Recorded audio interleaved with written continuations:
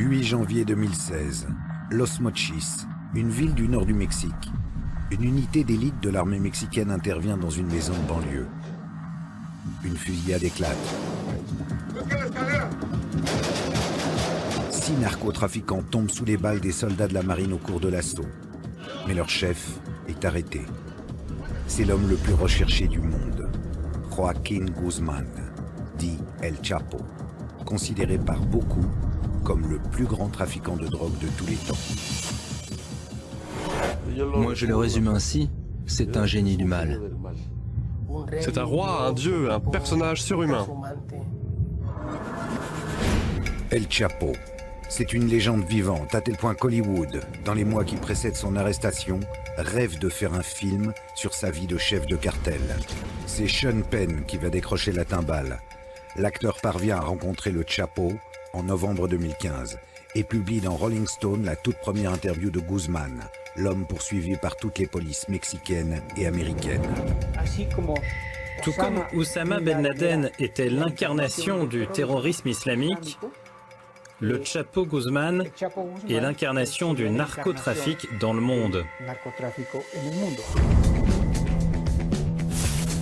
Alors, comment un homme recherché à ce point peut-il donner des interviews? Le pouvoir de son cartel serait-il plus fort que l'État lui-même? Pour comprendre, il faut pénétrer au cœur de son organisation, de Sinaloa. Joaquín Guzmán Loera est en quelque sorte le PDG d'une multinationale du crime appelée Cartel de Sinaloa. Une multinationale présente dans plus de 52 pays au monde. Spécialisé dans le trafic de drogue, le cartel engendre des bénéfices faramineux. Son pouvoir est si immense qu'il a un jour déposé dans une banque des États-Unis la somme de 378 milliards de dollars. Mais plus que la drogue et l'argent, le mythe du Chapo vient de sa capacité à s'évader. En 2001, il s'échappe de la prison de Puente Grande, le début d'une cavale de 13 ans qui en fait l'ennemi public numéro 1. Capturé en 2014, il remet le couvert 17 mois plus tard, d'une manière plutôt spectaculaire, par un tunnel ultra sophistiqué de plus d'1 kilomètre de long, débouchant sur sa cellule. El líder del cartel de Sinaloa escapó la noche del sábado de la prisión de máxima seguridad El Altiplano. Celui qu'on surnomme le roi des tunnels a tracé sur une moto fixée sur des rails et tuné façon évasion. C'est le seul narcotrafiquant qui peut se vanter de s'être échappé 2 fois d'une prison de haute sécurité.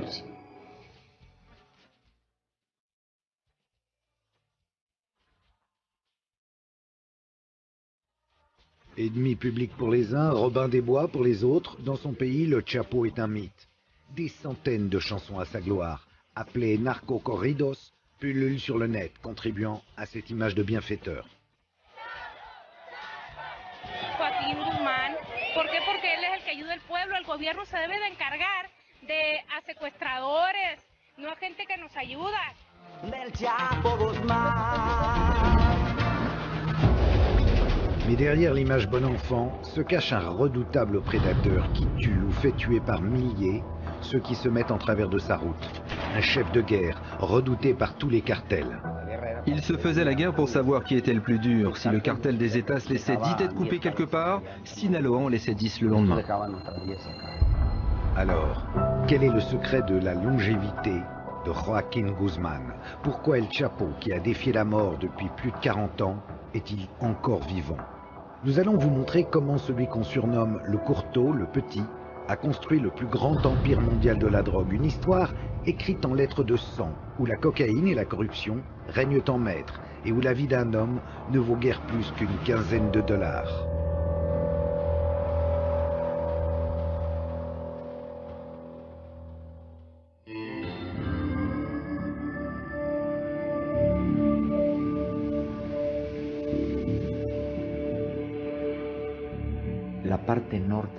Dans la partie nord du Mexique, plus précisément dans les États de Sinaloa, Durango et Chihuahua, existe une zone de montagne très haute, très profonde, inaccessible. Et c'est dans cette région qu'opère le cartel de Sinaloa.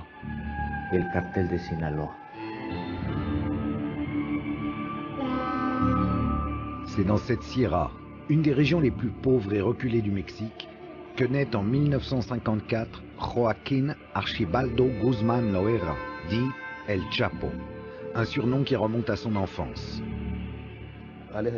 Sa mère m'a dit que, quand il était enfant, un de ses oncles l'appelait toujours le petit, à cause de sa petite taille. Et à force de l'appeler comme ça, le surnom lui est resté. Il grandit entouré de 6 frères et sœurs dans une famille d'agriculteurs. Enfin, pas n'importe quel type d'agriculteur. C'est du pavot et de la marijuana que cultive Papa Guzmán avec l'aide de ses fistons. Dès son enfance, il s'est mis à aider son père au champ. Toute sa famille cultivait le pavot. Ses parents, ses oncles aussi. C'était donc dans l'ordre des choses qu'ils s'y mettent, comme n'importe quel gamin du coin d'ailleurs. Eh oui, les opiacés, la spécialité locale, c'est ce qui a valu à la région le surnom de Triangle d'Or, un état de fait qui remonte à la Seconde Guerre mondiale. Durant la Seconde Guerre mondiale, Mexico est devenu le principal fournisseur de morphine pour les soldats américains, et ça avec l'aval et même à la demande du gouvernement américain. Ils ont toléré et même encouragé la plantation de marijuana et de pavot dans les régions de Guerrero et de Sinaloa. Les paysans du coin se sont mis à produire de grandes quantités de drogue pour le gouvernement américain, et c'est devenu un véritable mode de vie. Sinaloa, c'est la Sicile mexicaine. Ce passé de terroir de la chenouf a fait émerger après-guerre une génération de cadors du trafic qui ont poussé à l'ombre des pieds de pavot. Sinaloa est une pépinière de chefs de cartel. C'est l'aristocratie du trafic à Mexico. Les plus grands narcotrafiquants du pays viennent de Sinaloa et plus particulièrement d'une commune du nom de Badiraguato. Quand on grandit dans la Sierra, 2 choix s'offrent à vous. Continuer à cultiver la drogue pour quelques poignées de pesos ou tenter de la dealer en montant à la capitale, Culiacán, pour devenir un narco, avec les risques que ça comporte, mais aussi les perspectives glorieuses de montagnes de dollars et de jolies filles. Un choix vite fait pour le Chapo, d'autant que son père a des liens de parenté avec un gros bonnet du narcotrafic, un entre-gens qui va permettre aux courteaux de s'extirper de ses montagnes natales, à la force du flingue. Il vient de ce milieu rural, mais il va vite grimper les échelons du cartel. En tant que tueur à gages d'abord, puis comme responsable de certaines zones de trafic, et jusqu'à devenir un des sous-lieutenants de l'organisation. Durant les années 80, le trafic de drogue mexicain est contrôlé par un homme, Félix Gallardo, dit El Padrino, le parrain, un ex-flic passé du côté obscur de la force. C'est pour son compte que El Chapo travaille. En plus de gérer le commerce de l'héros et de la marijuana, Gallardo est l'homme de confiance des cartels colombiens de la cocaïne.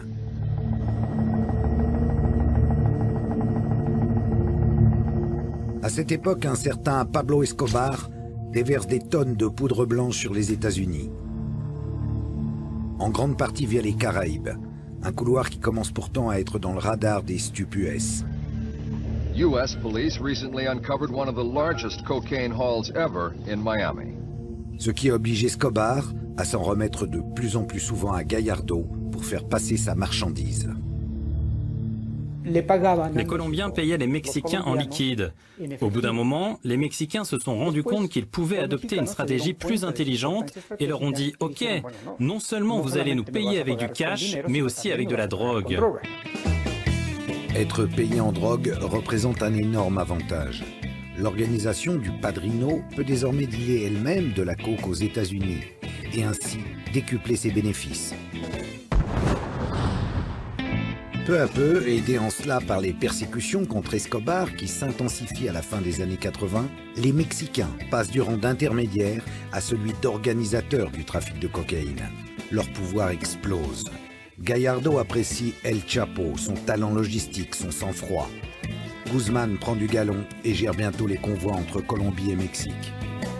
En 1987, inquiété dans l'affaire du meurtre de Kiki Camarena, un agent de la DEA qui avait infiltré son cartel, Gallardo décide de diviser son empire entre des lieutenants tous originaires comme lui de Sinaloa. Cette histoire, c'est celle d'un grand baron de la drogue qui assigne à ses principaux lieutenants, à ses hommes de confiance, différentes zones de trafic. Durant cette réunion organisée par Gallardo et à laquelle tous ses lieutenants participaient, les Zambada, les Esparragosa, les Guzman, les Arellano, ils se sont divisés le pays comme s'ils étaient des dieux. Qu'elle soit mythique ou non, cette réunion fut l'acte de naissance des cartels mexicains. Au frère Arellano Félix, Dieu le Père Gallardo donna la plaza de Tijuana. À la famille Carrillo Fuentes, celle de Juárez. À Miguel Caro Quintero, Sonora. Et à Ismael Zambada et Joaquín Guzmán, Sinaloa, la maison mère. Dans les années qui suivent, le Chapo et ses associés écoulent des centaines de tonnes de drogue vers les États-Unis. Ils font preuve d'une inventivité sans limite, planquant leur cam dans tout ce qu'il est possible d'imaginer. Conserves de piment, carcasses de requins, primeurs en tout genre, mais aussi des produits un peu moins frais. Il leur arrivait aussi de cacher leurs marchandises dans des cadavres. La police est tombée là-dessus dans des morgues de Tijuana. Des corps qui devaient passer la frontière après avoir été bourrés de drogue. Mais c'est pourtant par un autre moyen que le Chapo va définitivement imprimer sa marque à la folle histoire de la contrebande. On le surnomme le seigneur des tunnels parce que c'est lui qui a le plus perfectionné cette technique pour passer de la drogue vers les États-Unis. C'est lui qui a donné aux tunnels des caractéristiques technologiques avancées, comme l'air conditionné ou l'utilisation du GPS pour être plus précis dans le tracé. Le Chapo a fait passer les narcotunnels du 19e au 22e siècle. Roi des tunnels et homme de l'ombre jusqu'au début des années 90, le Chapo va brusquement apparaître en pleine lumière et de manière spectaculaire. Curieusement, c'est à cause du meurtre d'un homme d'église que Guzmán va devenir célèbre. En 1993, un événement sanglant va en effet faire basculer la vie d'El Chapo. Le 24 mai de cette année-là, le cardinal Ocampo est tué lors d'une fusillade entre cartels rivaux à l'aéroport de Guadalajara. Et Joaquín Guzmán est tenu pour responsable de ce meurtre. Pour la première fois, son visage va apparaître à la télévision. De personnage de second rang du narcotrafic, il devient l'ennemi public numéro 1. L'assassinat du cardinal Ocampo provoque un choc immense dans le pays. Ils avaient assassiné un cardinal, une figure vraiment importante de l'Église. Ça ne s'était jamais vu au Mexique.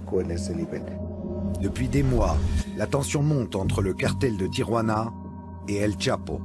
Ce dernier veut mettre la main sur le couloir de trafic des frères Arellano Félix, qui n'entendent évidemment pas de cette oreille. Ce jour de mai 93, c'est Guzmán qui devait mourir à Guadalajara. Les tueurs des frères Félix mitraillent une voiture qu'ils pensent être celle du Chapo. Mais c'est le cardinal qui prend 14 balles dans le corps. Tragique méprise, complot ourdi pour se débarrasser d'Ocampo, les avis divergent encore aujourd'hui.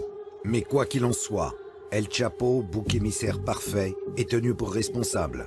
Sa tête est mise à prix, la chasse à l'homme commence. Attraper le Chapo est devenu un impératif politique pour le gouvernement, pour que justice soit faite au plus vite pour la mort du cardinal. C'est ce qui explique le désir impérieux du gouvernement de s'emparer de lui. Le 9 juin 1993, après 2 semaines de cavale, le Chapo est capturé au Guatemala, puis incarcéré au Mexique.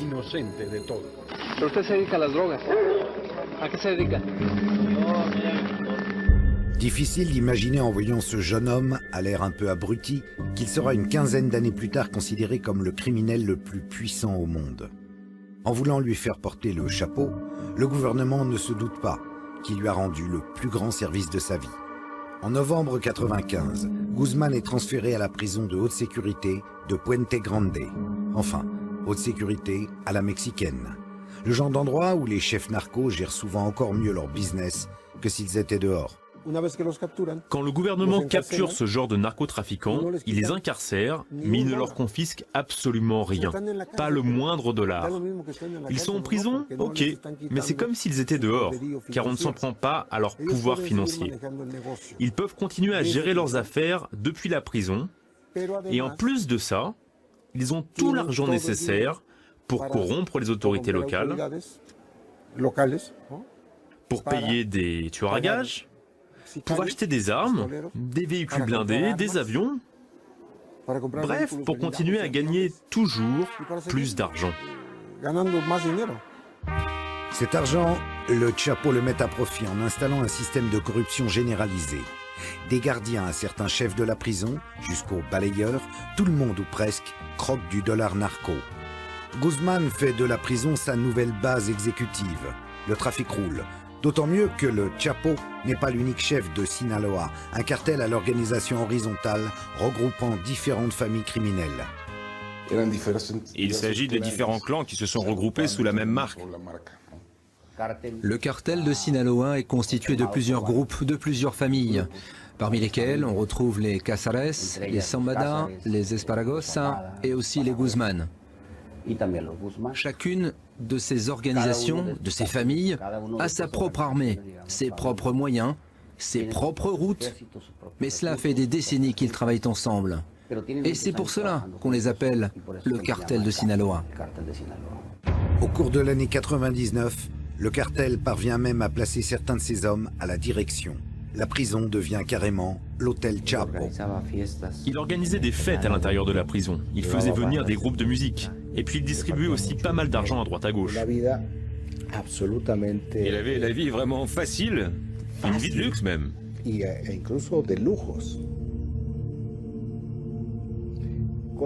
Avec petits plats préparés par des chefs, alcool, prostituées.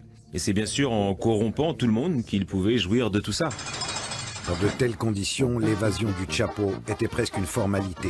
La question serait plutôt de savoir pourquoi il n'est pas parti plus tôt. Certains disent qu'il craignait pour sa vie et se sentait protégé en prison, et que c'est la peur d'être finalement extradé vers les États-Unis qui l'a poussé à partir. Quoi qu'il en soit, le 19 janvier 2001, Guzmán joue la fille de l'air.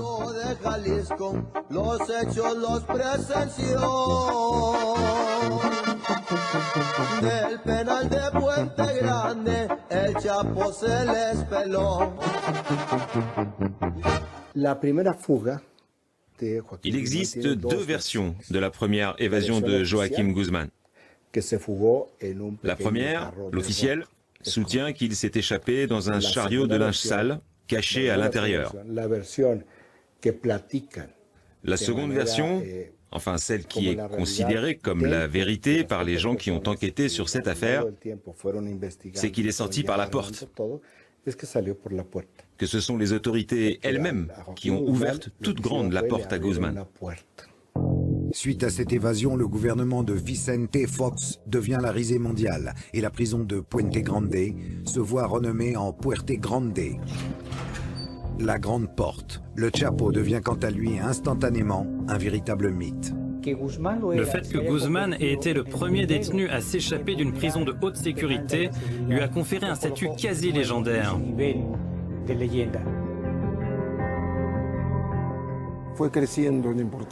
Son image médiatique lui a clairement rendu service. C'est en grande partie son statut mythique qui l'a aidé à grimper dans la hiérarchie du narcotrafic. Son escapade confère à Guzmán une aura énorme auprès de ses collègues narcos. C'est auréolé de ce statut nouveau qu'il se remet aux affaires. D'autant que, comme le suggère son évasion facilitée, il semble soutenu au plus haut niveau par le pouvoir politique. Cette évasion lui a offert une très grande visibilité, mais elle a aussi permis de se rendre compte à quel point les cartels de la drogue avaient infiltré tous les organes de l'État jusqu'aux partis politiques eux-mêmes. La production et le trafic de drogue ne peuvent pas s'effectuer sans l'autorisation, ou tout au moins la permissivité, du gouvernement. C'est impossible autrement. Depuis des décennies déjà, pouvoir politique et narco marchent main dans la main au Mexique. une tradition portée à son summum par le cartel de Sinaloa.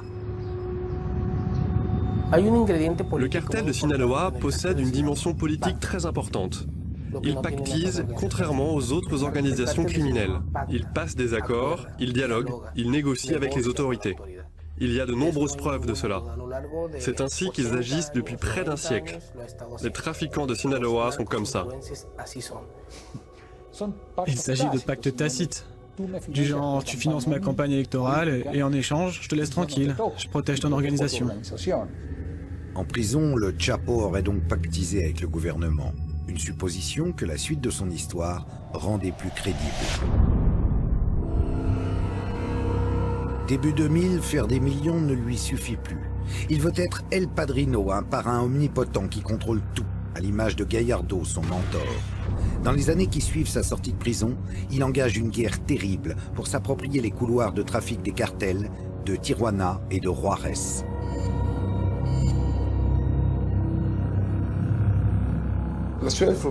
Les grandes villes frontalières, particulièrement Tijuana et Juárez, ont toujours été les pièces maîtresses du trafic. Parce que vu toutes les marchandises qui y transitent, c'est bien plus facile d'y faire passer la drogue.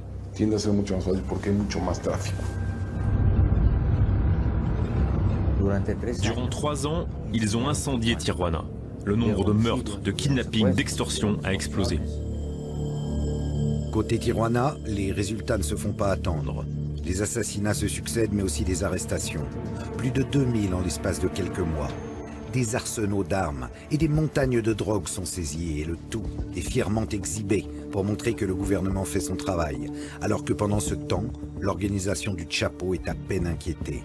Un sacré coup de pouce. Tijuana et Juárez étaient les cartels dominants durant les années 90. Mais le pouvoir des Arellano Félix a commencé à diminuer à partir de 2003. À cause de la capture de Benjamín Arellano Félix et la mort de son frère Ramón. Dès 2002, Sinaloa contrôle une grande partie de la place de Tijuana. Grâce au soutien du gouvernement fédéral, le cartel de Sinaloa a réussi à s'approprier la région. Et c'est eux qui la contrôlent encore aujourd'hui. Côté Juárez, les choses vont prendre plus de temps. Dans les années 90, Amado Carrillo Fuentes en fait un cartel surpuissant. On le surnomme alors le Seigneur des cieux, rapport à la flotte de Boeing 727 dont il se sert pour transporter la coke. Il disparaît en 97.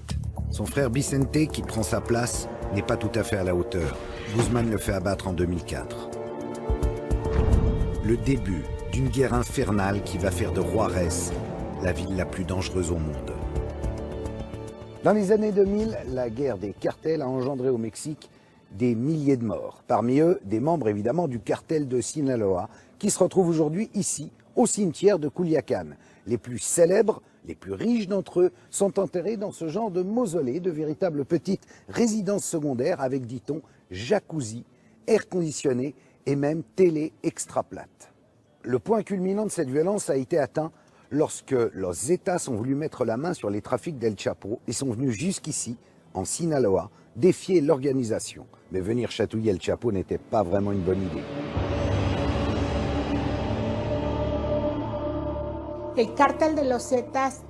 Le cartel des Zetas est une organisation criminelle qui a surgi au début des années 2000. À l'origine, il s'agissait de militaires ayant déserté un groupe d'élite de l'armée mexicaine. Ils avaient été recrutés par le cartel du Golfe pour en être le bras armé. Et en 2002, suite à la capture du chef du cartel du Golfe, les Zetas sont devenus un cartel à part entière, opérant de manière indépendante. Avec los Zetas, le niveau de violence atteint un degré encore jamais vu.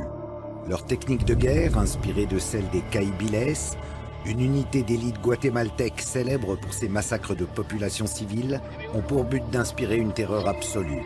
Une stratégie de la peur qui leur permet de conquérir en quelques années un vaste territoire.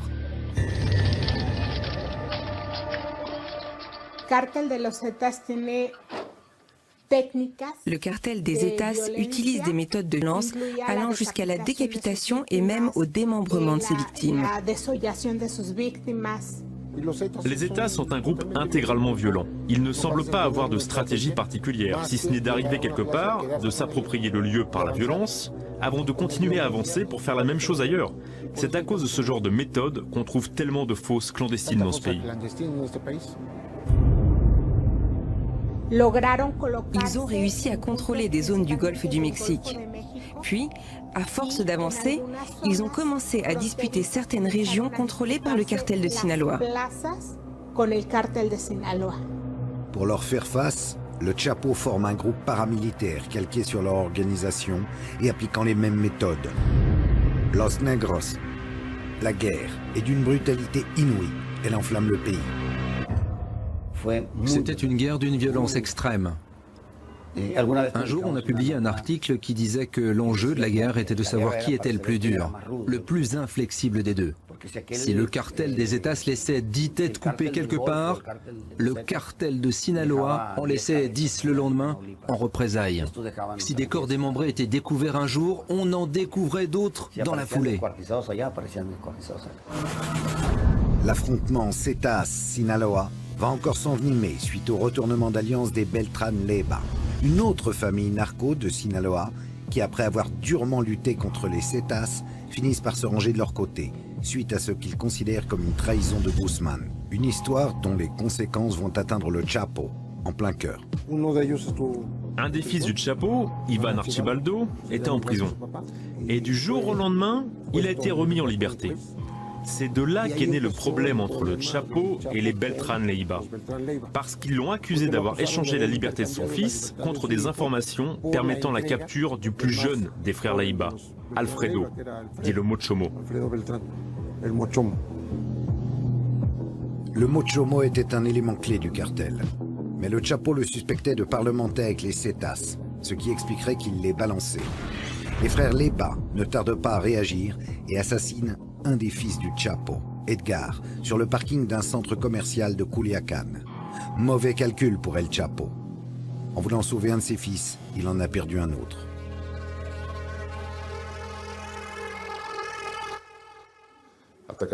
S'en prendre à la famille a des conséquences très sérieuses, c'est clair.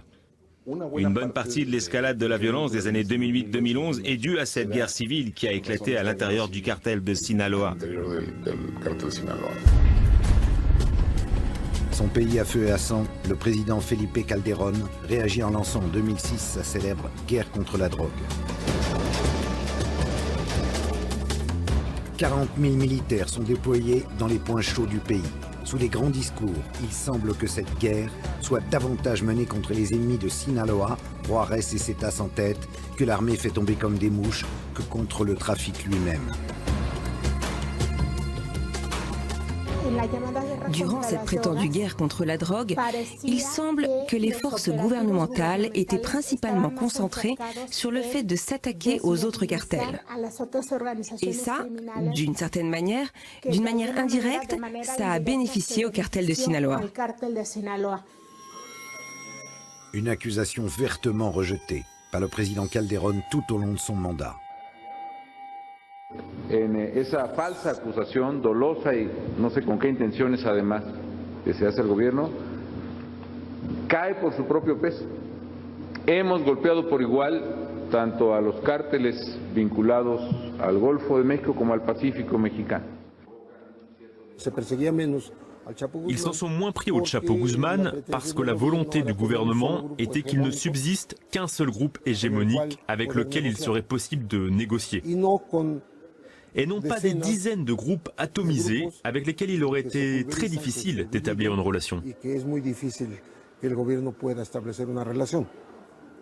L'unique cartel qui a survécu à cette guerre contre la drogue, c'est Sinaloa. Tout simplement parce qu'il s'agissait de purs trafiquants, enfin, purs entre guillemets, c'est-à-dire une organisation qui ne se dédiait qu'au seul narcotrafic et qui ne maltraitait pas les gens, qui ne les rackettait pas, ne les séquestrait pas, ne les tuait pas pour les tuer, qui ne tuait pas de femmes, surtout ni d'enfants. Le cartel de Sinaloa avait ce genre de profil. De manière ironique, le cartel de Sinaloa a atteint son point culminant durant cette prétendue guerre contre la drogue. Et c'est sous les 2 derniers gouvernements, durant la décennie écoulée, que le cartel est passé du statut d'organisation criminelle locale à une structure à l'envergure internationale.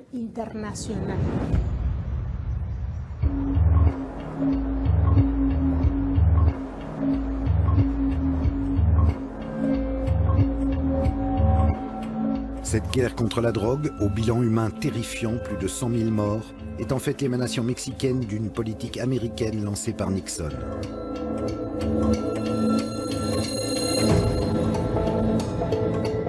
Les Américains financent cette lutte contre la drogue, fournissent des armes et encadrent les soldats mexicains. De nombreux analystes disent même qu'ils la dirigent en sous-main. Mais cautionnent-ils pour autant les faveurs accordées à El Chapo ? La guerre entre les cartels, les milliers de morts qu'elle a engendrés a obligé les Américains à établir des priorités. Ils se sont dit, qu'est-ce qu'on va bien pouvoir faire avec le Mexique, ce pays si proche de nous? Et entre tous les cartels, ils ont choisi celui de Sinaloa comme étant un cartel avec qui il était possible de cohabiter. L'immense business que représente le narcotrafic a selon moi été depuis toujours administré par les Américains. Je n'ai aucun doute sur le fait que ce maintien et ce renforcement même de Sinaloa résultent d'une stratégie parfaitement établie du gouvernement américain. Les États-Unis continuent à être le grand marché de la drogue, ils en ont besoin. Vous imaginez, vous, une semaine sans drogue à Chicago ou à New York? Qu'est-ce qui se passerait? Eh oui, c'est ainsi. L'insatiable narine gringo doit bien continuer à être alimentée. Alors autant que ce soit par les plus raisonnables, enfin disons, par les moins psychopathes des narcocartels. Une réelle politique pas vraiment étrangère aux habitudes américaines en la matière. C'est ce que je dis tout le temps. La dernière lettre du sigle DEA signifie administration. Ils administrent la drogue. Ils administrent les cartels, leur façon d'opérer, la quantité de drogue qui passe et surtout les prix, bien sûr. Ils l'ont toujours fait. Il est même arrivé que la DEA trafique main dans la main avec les narcos. La DEA a parfois utilisé ses propres avions pour acheminer de la drogue et il a même été prouvé qu'elle est allée jusqu'à déposer de l'argent en banque avec les trafiquants.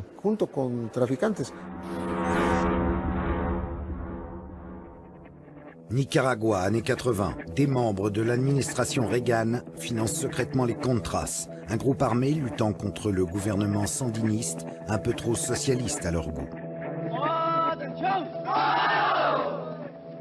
Pour récupérer de l'argent, les services US vendent en sous-main des armes à l'Iran. Officiellement un de leurs pires ennemis, le fameux scandale de l'Iran Gate. Moins connu, des agents de la CIA pactisent aussi avec Escobar et Gallardo. Vous vous souvenez, le mentor du Chapo. Le deal, ils ferment les yeux sur le trafic de coke, quand ils ne l'organisent pas eux-mêmes, en échange d'une aide financière aux Contras. Pas difficile d'imaginer à la lueur de ce genre d'informations que le Chapo ait pu avoir des relations étroites avec les services américains. Des documents déclassifiés l'attestent, des rencontres entre officiers de la DEA et chefs de Sinaloa ont eu lieu durant la guerre contre la drogue, des deals du genre tuyau sur les autres cartels contre protection. Et quand ce ne sont pas les enjeux géopolitiques qui parlent, il reste le dollar. La corruption du Chapo ne s'arrêtant pas vraiment à la frontière. Là où il existe un niveau de corruption aussi important, voire même plus important que chez nous, eh bien c'est aux États-Unis.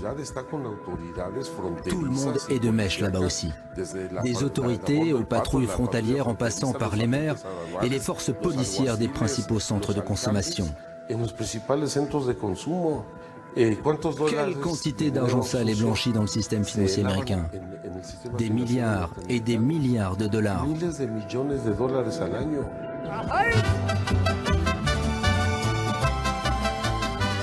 La fin des années 2000 est la période faste de Guzman, qui s'impose comme l'emblème médiatique du narcotrafic. En juillet 2007, ce grand amateur de femmes, 4 épouses et une dizaine d'enfants au compteur, épouse Emma Coronel, reine de beauté de 35 ans sa cadette. Le mariage, somptueux, lors duquel il s'adonne largement à ses 2 passions, le whisky et la danse, a lieu dans un ranch en pleine Sierra et compte parmi ses invités des politiciens de haut rang. Au moment même où Guzman est censé être l'un des hommes les plus recherchés du pays. En 2009, le magazine Forbes le place au rang des hommes les plus riches du monde, achevant de le consacrer en pop star de la poudre blanche. La célébrité du Chapo a encore été accrue quand Forbes l'a classé 701e de sa liste des hommes les plus riches au monde. Ça nous a tous rendus fiers ici. Et lui en tout premier, je crois. Quand ils l'ont attrapé, il avait d'ailleurs un pistolet sur lequel était gravé le numéro 701, comme dans la revue.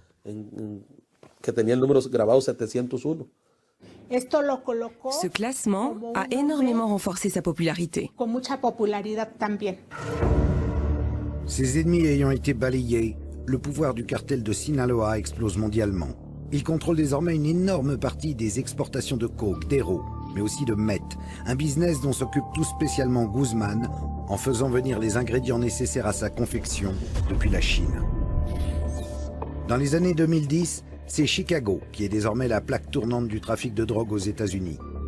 Le Chapo arrose depuis les rives du Michigan des centaines de villes américaines. Une mainmise qui va contraindre les autorités de la ville à le déclarer ennemi public numéro 1, un titre jusque-là détenu par le seul Al Capone. This is the underground UPS that we've seen here. And don't kid ourselves, that's why we have used the label as public enemy #1 in this instance of the havoc that this organization, and he is the head and leader, has wreaked on the streets and to the citizens of Chicago. En 2011, à la mort de Ben Laden, Guzman devient même l'homme le plus recherché du monde par le FBI et Interpol. Un élément qui renforce définitivement son mythe et permet de réduire le problème du narcotrafic à sa seule figure. Quand le gouvernement américain l'a déclaré ennemi public numéro 1, il est devenu encore un peu plus populaire. Ça a contribué à sa légende et ça a en même temps permis de dévier l'attention, d'empêcher qu'on ne se demande trop qui se cache derrière le cartel de Sinaloa, en plus de Joaquín Guzmán.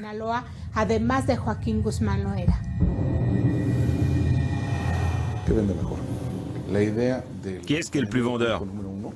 L'idée d'un ennemi public numéro 1 ou celle qu'il y a 1 à 2 millions de citoyens américains qui sont d'une manière ou d'une autre impliqués dans le trafic? Construire une histoire de James Bond est bien plus vendeur et pratique que tenter de faire comprendre la complexité du business. Les États-Unis ont présenté de manière simplificatrice le Chapo comme si c'était le mal absolu. Toute proportion gardée, tout comme Oussama Ben Laden était présenté comme l'incarnation du terrorisme islamique, le Chapo Guzmán l'a été comme celle du narcotrafic dans le monde. Deux façons de voir qui, on le sait bien, sont parfaitement manichéennes.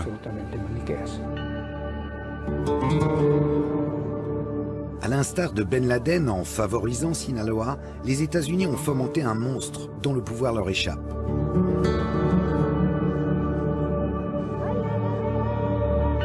Un pouvoir qui réside en partie dans l'immense soutien populaire dont jouit le Chapo, notamment dans la région de Sinaloa.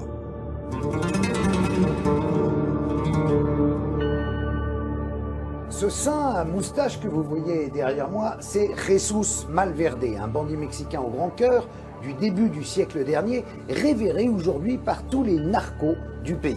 Sa chapelle, située en plein centre de Culiacán, c'est un peu le Saint-Pierre de Rome des narcotrafiquants.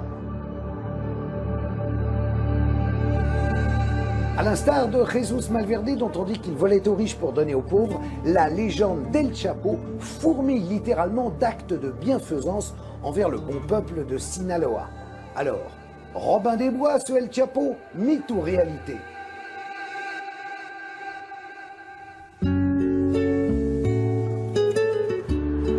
Là où certains cartels font régner la terreur, rackettant, violant et kidnappant, le Chapo se pose en protecteur dans cet état qu'il a vu grandir.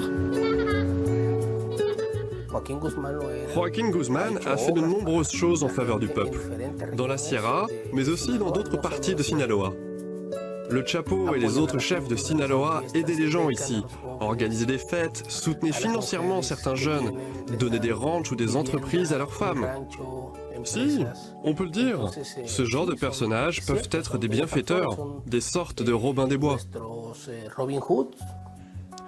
Ils ont construit des maisons pour les gens, leur ont donné du travail. Des flottes de taxis entières à Sinaloa doivent leur travail au Chapo. Ça explique qu'il y ait tout ce terreau social qui a alimenté le mythe du Chapo.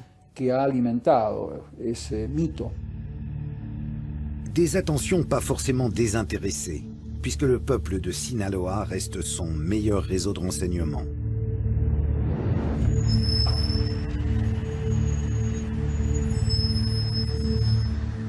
Quand les militaires arrivent, les radars s'activent. N'importe quel villageois peut devenir les yeux du Chapo, lancer l'alerte et l'aider ainsi à prendre la fuite. Il sait bien qu'il a besoin d'un soutien populaire, que ça lui sert à se protéger. Les années passent, et plus personne ne songe à imaginer que le Chapo, qui s'est mué en un être quasi mythique dont on viendrait presque à douter de l'existence, sera repris un jour. On en sait très peu sur la vie de Guzman durant ses 13 ans de cavale. Tout juste qu'entre de très nombreux voyages d'affaires au Mexique et à travers le monde, il passe une bonne partie de son temps en Sinaloa, dans ses villas de Culiacán ou ses ranchs de la Sierra. Durant cette période, des centaines de personnes jurent l'avoir aperçu à travers tout le pays. Parfois au même moment, à 2 endroits différents. Omnipotent, omniscient et doué d'ubiquité, le Chapo. Il y a plein de gens, tout un tas, qui assurent qu'ils ont vu le Chapo entrer dans un restaurant et dire « Messieurs, mesdames, nous allons fermer les portes de l'établissement pour un petit moment. Veuillez confier vos téléphones portables à mes hommes, leur repas vous est offert. » On m'a raconté la même histoire à Durango, à Chihuahua, en Basse-Californie. Cette histoire, c'est moi qui l'ai relatée. Moi, je suis journaliste, je n'écris pas des romans. Cette anecdote s'est vraiment passée ici, à Culiacán. Je l'ai recoupée, je l'ai rédigée et je l'ai publiée. Si on raconte que ça s'est passé ailleurs, ça, je ne sais pas. Avec le Chapo, c'est comme si les mensonges et la réalité racontée par les médias, par le gouvernement et par l'opinion publique étaient mis dans un shaker et qu'on mélangeait le tout. À la fin, tout se confond et il devient presque impossible de distinguer le vrai du faux. Mais je pense que toutes ces histoires qui tournent autour de Guzman alimentent son mythe et l'adoration dont il fait l'objet. La cavale de Guzman devient source de plaisanteries dans tout le Mexique. Une histoire de gendarmes et de voleurs tragicomiques au déroulement immuable. L'armée tente de nombreux coups de main pour le capturer mais arrive toujours, ces ballots, un peu trop tard. Corruption, quand tu nous tiens. Le gouvernement donne l'impression d'agir mais le Chapo est toujours libre comme l'air. Les choses vont pourtant basculer en 2014 lorsqu'une intervention frôle les moustaches du courteau qui ne parvient à se carapater qu'in extremis.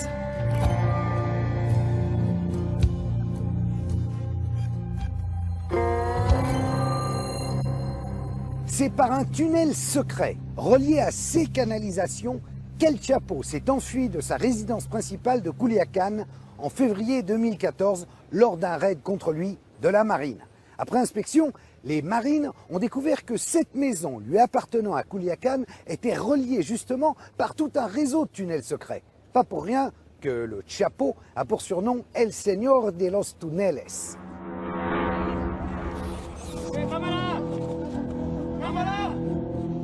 Le 22 février, quelques jours après ce décanillage digne de Jean Valjean, l'impensable se produit. Guzman est arrêté lors d'une opération massive de la marine dans la cité balnéaire de Mazatlán.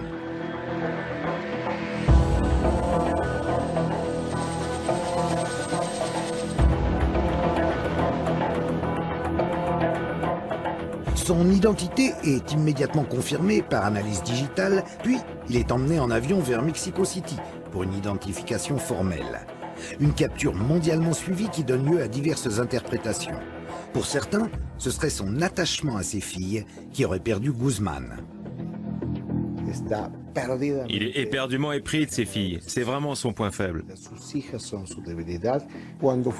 Quand ils l'ont attrapé à Mazatlán le 22 février 2014, il était avec ses filles et la maman des petites aussi. Ce qu'il éprouve pour ses petites filles, des enfants très jolis, puisque leur mère est une ancienne reine de beauté, l'a poussé à s'exposer, à prendre des risques et à entraîner sa capture. Pour de nombreux autres analystes, cependant, l'arrestation réalisée sans qu'aucun coup de feu n'ait été échangé flairerait le coup monté, la mascarade médiatique.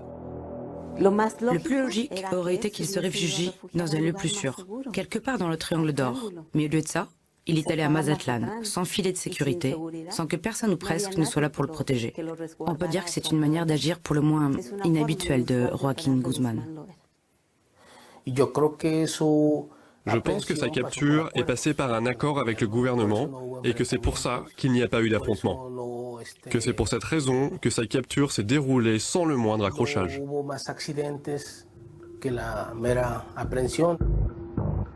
L'arrestation du Chapo serait-elle à nouveau le résultat d'un pacte?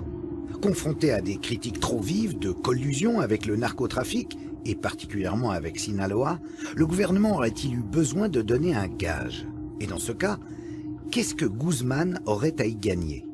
L'immunité renouvelée pour son organisation et ses proches. Quoi qu'il en soit, dans la prison de haute sécurité de l'Altiplano où il a été transféré, pour le Chapo, le business continue. Même s'il était en prison, c'était toujours le chef. Il continuait à donner des ordres. Ça n'a rien changé, ni pour lui, ni pour l'organisation. Pour moi, c'est juste une pièce de plus dans ce grand show médiatique. Après l'avoir attrapé, ils ne lui ont de nouveau pas confisqué le moindre dollar. Ils n'ont pas saisi ses entreprises, ni inquiété les politiques qui le soutenaient. Son pouvoir patrimonial a même continué à croître. Ils ont entre les mains le plus grand des capos, mais ils ne s'attaquent pas à son réseau financier. Il n'y a eu aucune enquête visant à démanteler la structure patrimoniale du cartel. Dans ces conditions, l'évasion du Chapo, ou sa libération... Le tunnel qui lui permet de s'échapper était entièrement ventilé et éclairé. Les tunnels du Chapo sont sans doute les plus sophistiqués au monde. Mieux, tout au long de ces 1500 mètres, des rails ont été fixés pour guider la moto jusqu'à une maison construite spécialement pour l'occasion et sur laquelle le tunnel débouche. Une entreprise digne d'un chantier public, du jamais vu. Il s'agit d'une logistique extrêmement précise, impliquant la connaissance des procédés mécaniques d'excavation, des techniques de construction de tunnels, mais aussi certainement l'utilisation d'une puce pour géolocaliser la cellule du Chapo et faire un tracé parfaitement droit arrivant pile au bon endroit. Alors pour mener à bien un tel chantier, on estime qu'il a dû être commencé plus ou moins le jour de son incarcération. Une évasion hollywoodienne qui pose encore une fois la question de complicité au plus haut niveau. Sont impliquées toutes les autorités du système pénitentiaire, celles de la Commission nationale de sécurité publique, celles des services secrets aussi, sans oublier que le périmètre de la prison était censé être surveillé par l'armée.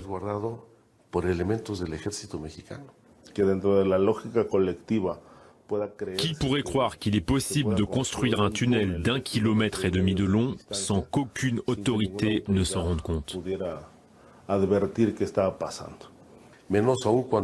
C'est encore plus invraisemblable quand on sait qu'il y a une caserne de l'armée à moins de 300 mètres de la maison sur laquelle débouchait le tunnel et par où le Chapo est sorti. Il aurait simplement fallu qu'il construise une cellule au premier étage de la prison pour se prémunir de l'évasion par un tunnel. L'enquête va en rester à la corruption au sein de la prison. Mais on ne remontera pas au niveau où les décisions ont été prises. Pour résumer les choses simplement, le gouvernement ne va pas enquêter sur lui-même. Qu'il y ait eu un laisser-faire au plus haut niveau semble certain. Le reste n'est que supposition. Le gouvernement n'a-t-il pas respecté le pacte, si pacte il y a eu, poussant le Chapo à s'évader? L'évasion faisait-elle elle-même partie du pacte? Et aussi, est-il possible que Guzmán ait corrompu une bonne partie de l'appareil d'État sans que le président lui-même soit mis dans la confidence? Seul Chapo le sait. Il redevient en tout cas l'homme le plus recherché de la planète. Le début d'une gigantesque chasse à l'homme. La traque pour mettre la main sur Joaquín Guzmán, dit El Chapo, mobilise tout ce que le Mexique compte d'uniforme, avec en première ligne, évidemment, l'élite de l'élite, la marine, et puis les militaires au total.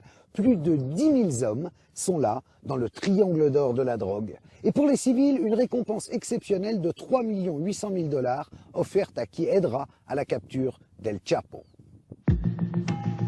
La seconde cavale de Guzmán n'aura duré que 6 mois. Le 8 janvier 2016, il est arrêté suite à un raid dans une maison de Los Mochis. Une intervention filmée en caméra subjective par les soldats de la marine et lors de laquelle 6 de ses porte-flingues sont exécutés.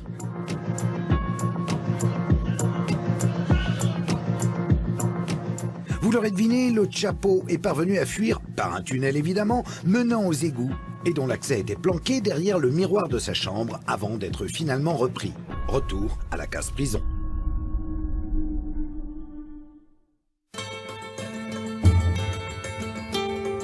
Dans la maison dévastée par l'intervention, on retrouve des DVD de la série La Reine du Sud, dans laquelle la célèbre actrice mexicaine Kate del Castillo incarne une chef de cartel.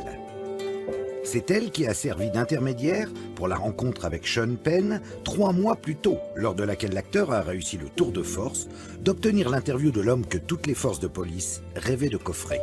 En 2012, Kate del Castillo déclarait faire davantage confiance au Chapo qu'au gouvernement.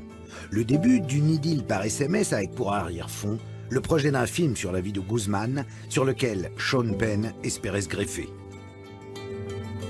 Les sirènes du showbiz n'auront pas réussi à l'homme de la Sierra. Obsédé par la jolie Kate, c'est pour la revoir qu'il se serait rendu à Los Mochis. Le bandit au grand cœur, perdu par une femme fatale, un classique du cinéma hollywoodien. La fin parfaite pour son futur biopic. Mais pendant que le Chapo attire tous les projecteurs, le narcotrafic et son flot d'argent sale et de cadavres ne semblent pas près de se tarir.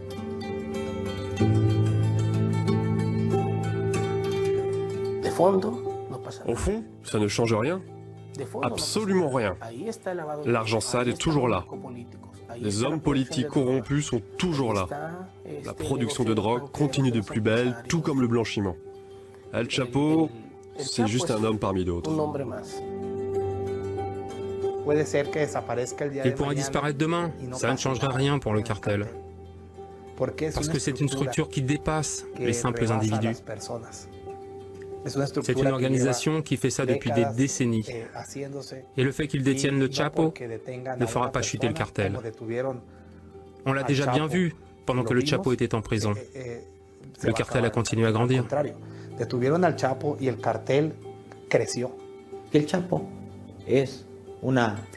Le Chapo n'est rien de plus qu'une figure emblématique qui distrait l'attention du public. Mais les opérations criminelles de trafic de drogue, de séquestration, d'extorsion, de trafic d'influence, de corruption continuent sans interruption aucune. Et ce, que le Chapo soit en prison ou en liberté, que le Chapo soit tranquille dans le triangle d'or ou bien ailleurs, en train de passer du bon temps avec ses femmes ou de faire ce que bon lui semble. Tout ça ne change absolument rien. Le Chapo est là pour détourner votre attention. El Chapo es un distractor.